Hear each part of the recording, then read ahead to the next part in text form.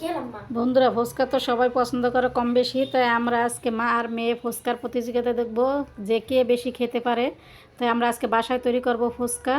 তাই নিয়ে আসলাম এখানে ডাবলি, বাজার থেকে ডাবলি কিনে নিয়ে আসছি। তাই ডাবলিটা আমি ভিজিয়ে রাখবো 3 থেকে 4 ঘন্টা। ডাবলিটা ভিজিয়ে রাখবো, সুন্দরভাবে ফুলে যাবে ভিজে। একদম দেখেন কতটা সুন্দর ভিজে ফুলে গেছে। কিন্তু এখন আমি সুন্দরভাবে ধুয়ে নিয়েছি, এখন এটা সিদ্ধ করতে দিয়ে দেবো। তো আমি চুলায় বসিয়ে দিলাম সিদ্ধ করার জন্য। এখন বলক চলে আসছে দেখো। এখন ডাবলিটা সিদ্ধ হওয়ার জন্য আমি দিয়ে দিলাম কিছুটা লবণ। তা আধা ঘন্টা পরে চলে আসলাম, ডাবলিটা কত সুন্দর সিদ্ধ হয়ে গেছে দেখেন। এখন চুলাটা অফ করে দেবো। আর একটা চুলার ভিতরে আমি এখন দিয়ে দেবো 2টা আলু আর একটা ডিম সিদ্ধ করতে বসাই দিলাম।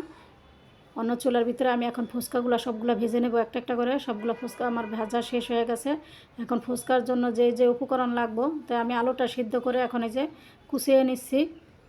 কুচানো শেষ হয়ে গেছে। আমি যে ডাবলিটা সিদ্ধ করে রেখেছিলাম ওই ডাবলিটা আমি আলুর উপরে দিয়ে দিলাম। আর যেই চটপটির জন্য যে মশলা লাগবে সেই মশলাগুলো আমি কেটে নিছি। তো এখানে কেটে নিছি পেঁয়াজ, ধনেপাতা, কাঁচামরিচ আর শসা। সবগুলো আমি এখন একটা একটা করে দিয়ে দিলাম। প্রথমে দিয়ে দিলাম কাঁচামরিচ, তারপরে পেঁয়াজ, আর এখন দিয়ে দেবো ধনেপাতা, তারপর দিয়ে দেবো শসা। আর এখানে আমি বাসায় তৈরি করে নিয়েছিলাম শুকনা মশলাগুলো। এখানে এই যে শুকনা মরিচ আমি ভাইজা গুঁড়া করে নিছি। আর এইখানে দারচিনি, এলাচ, লং, ধনা গুঁড়া, এগুলো সবগুলো একসাথে গুঁড়ো করে নিচ্ছি। এখন সব একসাথে দিয়ে দিলাম।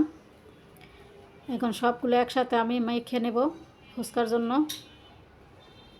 সব পিঠে হয়ে গেছে। সব খুব মশলা, বাসার তৈরি করা মশলাগুলো খুবই ঘ্রাণ আসে।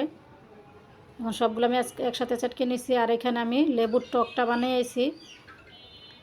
বেশিটা ঝাল দিই নাই, কম ঝাল দিছি, কারণ মেয়ে খাবে সেজন্য ঝাল কম দিছি। তো আমি একটা একটা করে সবগুলো ফুচকার ভিতরে আমি ডাবলিগুলো দিয়ে দিলাম। 2 প্লেটে সমান সমান করে নিয়ে নিয়েছি। মাশাল্লাহ খুবই ভালো লাগতেছে। আর উপর দিয়ে দিলাম ডিম। খুব সুন্দর লাগতেছে কিন্তু দেখেন কতটা সুন্দর। 2 প্লেটের ভিতরেই দিয়ে দিলাম। তো আমার কমপ্লিট হয়ে গেছে 2 প্লেট ফুচকা। এখন আমরা 2 জনে খাওয়া শুরু করব, মা আর মেয়ে। দেখি কে আগে খেতে পারে। তাই আমরা এখন শুরু করলাম বিসমিল্লাহ বলে। দেখি ফাইনালি কে এখন খেতে পারে।